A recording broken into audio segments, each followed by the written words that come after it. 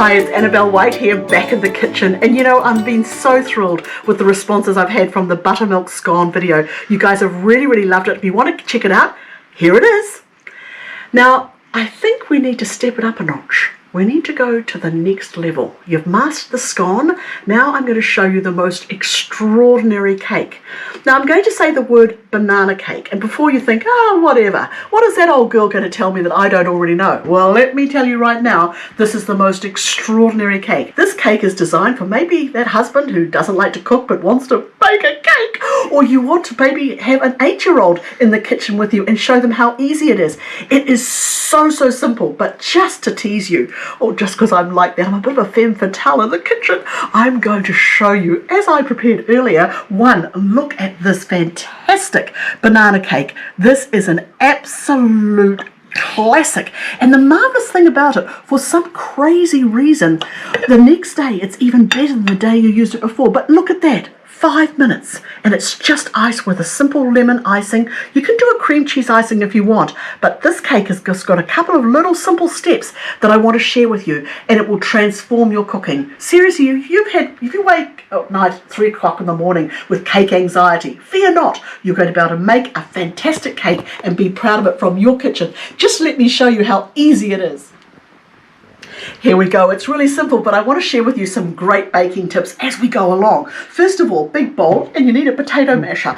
Okay, next thing you need to do is get those bananas that are looking a little bit unsightly from the fruit bowl. You might think, oh, I should throw them out. You can even get the ones that maybe you threw in the freezer for the smoothie that you're going to make someday, but you never get round to making. So they can be frozen. Just take the skin off. Some people write and ask me, they say, do you take skins off bananas before you use them? Yes, you do.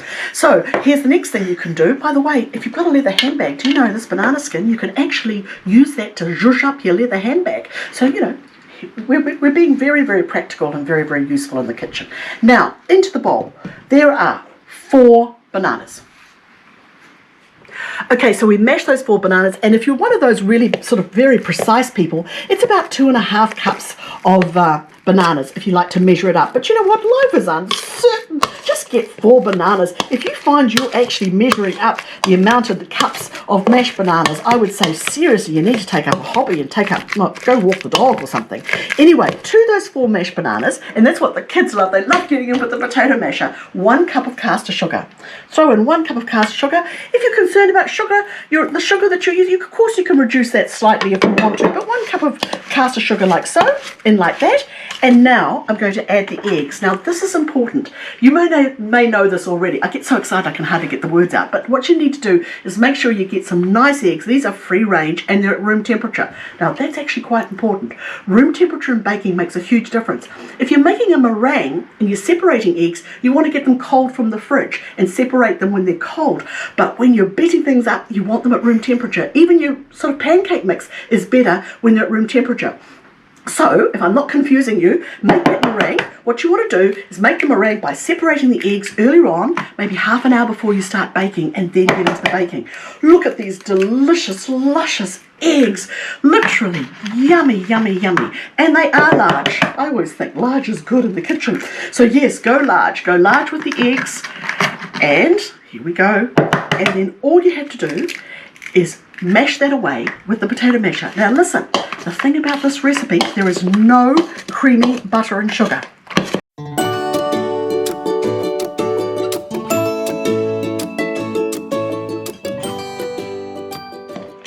Next we have to add the oil. Now don't use olive oil, just use your vegetable oil, your canola oil. You don't need olive oil for this recipe. It's actually better with a lighter oil.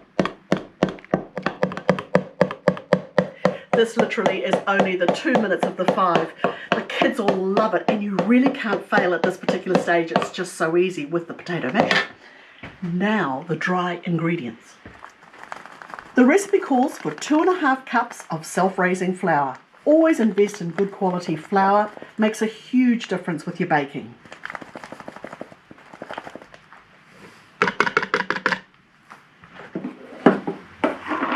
And look, I'm organised. 1 teaspoon of baking soda as well in there.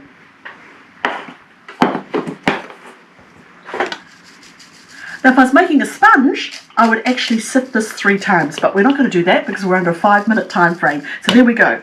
There is your dry ingredients, and that is literally it. Unbelievable. Just stir it around to make sure that the soda is well incorporated with the self-raising flour. Now, this is really, really important, and I often see cooks on TV showing this, and I get a little bit concerned because once the wet adds to the dry mix, you've got to be really mindful of not toughening up the cake by working the gluten. So maybe some of you might have had cooking teachers when you were younger who said, make a well in the center of the dry ingredients and add the wet. So you don't add the dry to the wet, you do the other. So you just make a little wedge here like so, and you add this. Now, I just want you to concentrate. I know I said this is super easy, and it is, but there's a difference that you can make with this particular mixing from going from something which is okay and still fine to fabulous. Now watch, I use the rubber spatula.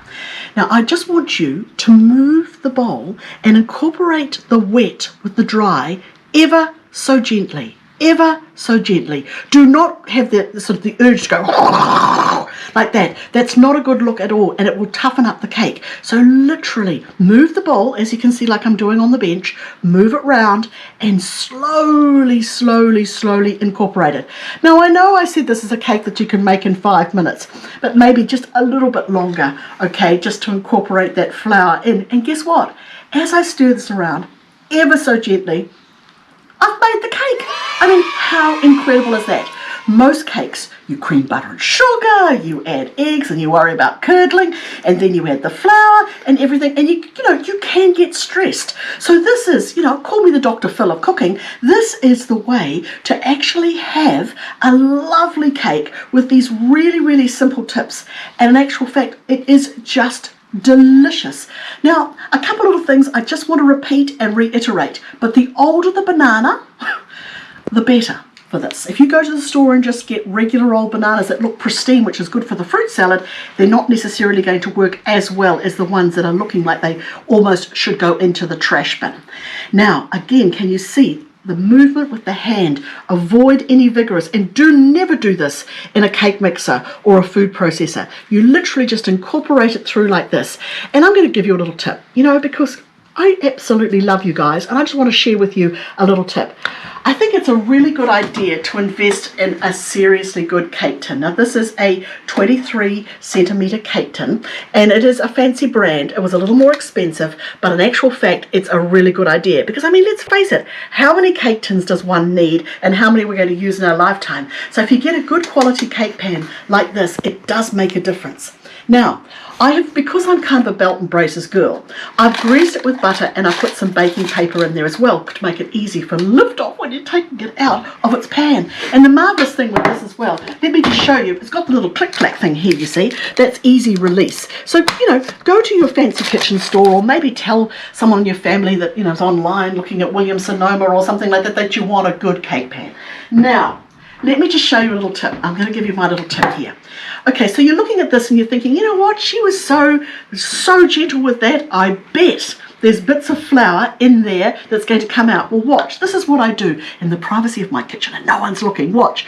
Just pour this in, and if you've got your glasses on, or if you're steady with that, look, see that? There's a bit of flour there. Don't worry. Incorporate it in there, but at least I'm not over mixing, if that makes sense. I mean, some of you are so pristine, you'd do this perfectly, but just do that. As you go through, just give it a little gentle lever, and then anything, you're not going to over mix it, and you can just fix it up in the pan when you're going through. And can I just give you a piece of advice? I mean, just say, for example, you have someone over and you've made the fabulous banana cake, and they come across a little bit of flour. Just say they do, and they go, oh, good heavens, there's flour in my cake. Go, well, yeah, there is flour in your cake, and relax. It's a homemade cake, and you know what? Life is not perfect, but I'll tell you something. This has changed my whole attitude to cake baking. I think because of the oil and everything. Now, some of you may think, well, you know what, if I was using butter, there would have been a bit of salt in that cake.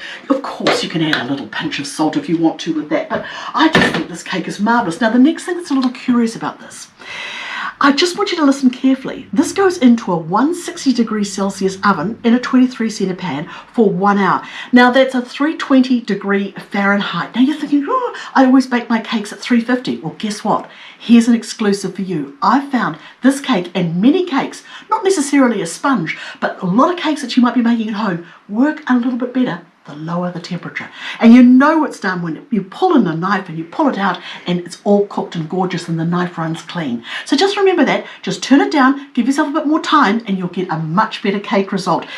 I mean, Lou, do I have to convince you further? I'm just throwing my dishes into the sink and I just want to show you this. Would you look at this cake? I'm sorry, this is moist. This is delicious. Lemon icing, lemon juice, lemon zest, confectioner's sugar or icing sugar, a little bit of butter, mix it up. And you know what? It can go thin because then you can eat more cake.